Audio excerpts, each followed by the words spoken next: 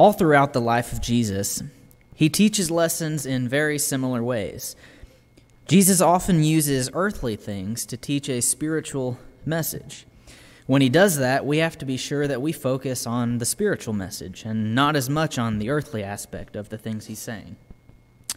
For example, when Jesus teaches a lesson about sowing the seed in the different types of soil, it's not a lesson in gardening. It's a lesson about the hearts of men and spreading the gospel. When Jesus teaches about the unforgiving servant and the debt that he owes his master, it's not a lesson in finance. It's a lesson about the forgiveness and the mercy that we get from God and how we should extend that to others.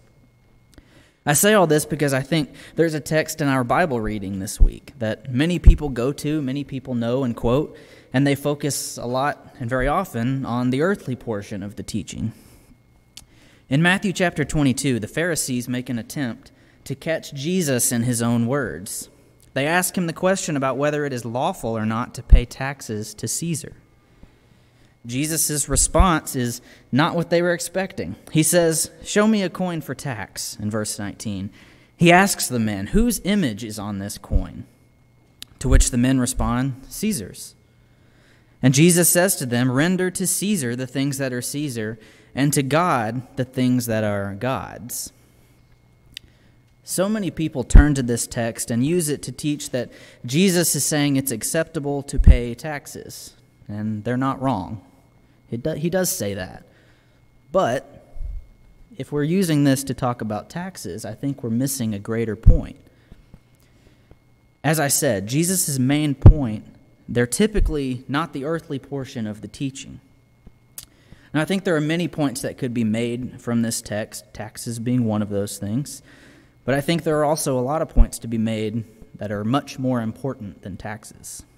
But I just want to share one with you this evening. Jesus says to give to God the things that are God's.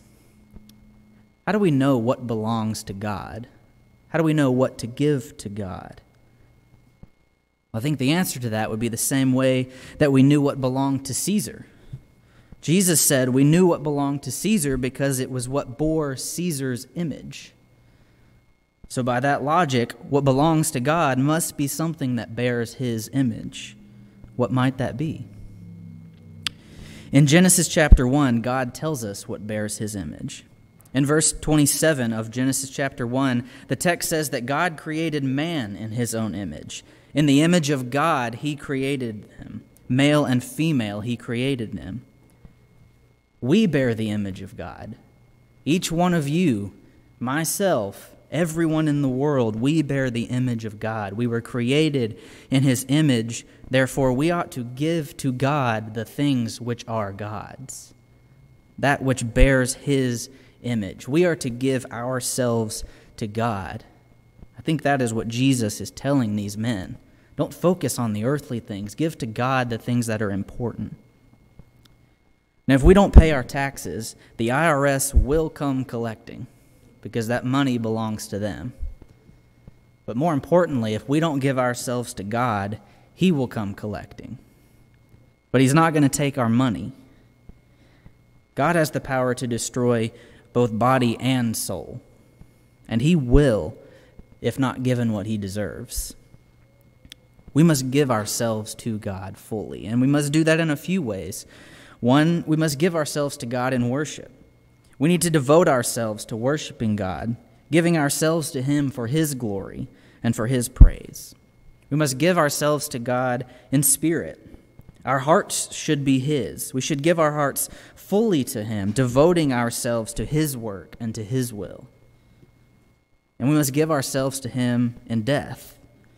We need to give ourselves to him by giving up everything for him.